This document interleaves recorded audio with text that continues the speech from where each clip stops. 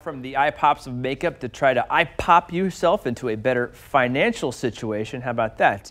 It's also time to march into a better financial situation as well. Accountant and business strategist Marquita Miller joins us now with tips on how to get started. So we're right before tax time. April 15th is just right around the corner. What's the big difference between an investor versus a consumer mindset? So it's all about really how you think. And so someone who is in consumer mindset, they'll just think about spending. They're not necessarily thinking about how that's going to make an ROI, return on investment. And so those two mindsets lead to two very different end results. So investor mindsets, they're thinking, when I spend this dollar, will it give me a return on investment? Even with your tax return, what are you doing with your refund? Are you going to just splurge it, or are you going to do something that will have you put you in a better financial position later during the year? Two different mindsets.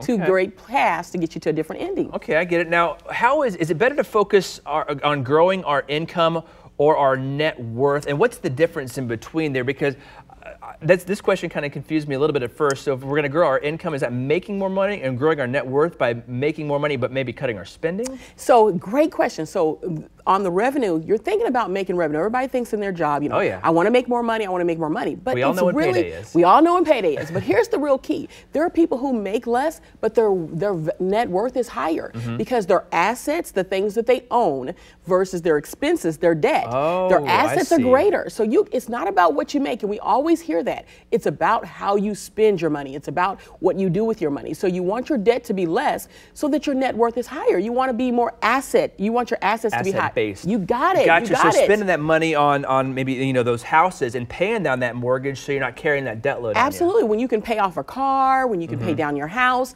that makes your net worth higher. And so that's a better situation than just revenue. Okay. Now, speaking of tax time, we're all looking at our W-2 forms and we're just like, oh my gosh, I made this much money. Where does it all go? What suggestions do you have for people who are kind of in that situation? They see all this money they had, but they can't account for it, right? Yeah, account for it, yeah. Absolutely, and I see that all the time when clients come in. So one thing that you want to do is really you want to go back and track your money, and not just in your mind, because we forget about the little things, and it's really the little foxes that ruin the vine. And so you want to really take an opportunity to track your finances, track every dollar from payday to next payday, and you'd be surprised where you're spending your money at, because it's absolutely going somewhere, and a lot of times it can be out fast food. Oh yeah. It can be little small things really add up, and you want to be in control of that, because when you acknowledge and you know where it's going, now you can adjust and reassess where you want it to go. And that's such a smart idea. I mean, I used to go to the gas station and I'd want to get my Gatorade or my coffee or whatever. All that adds up. But you know what? You do that 5 times a week at $5 or $6,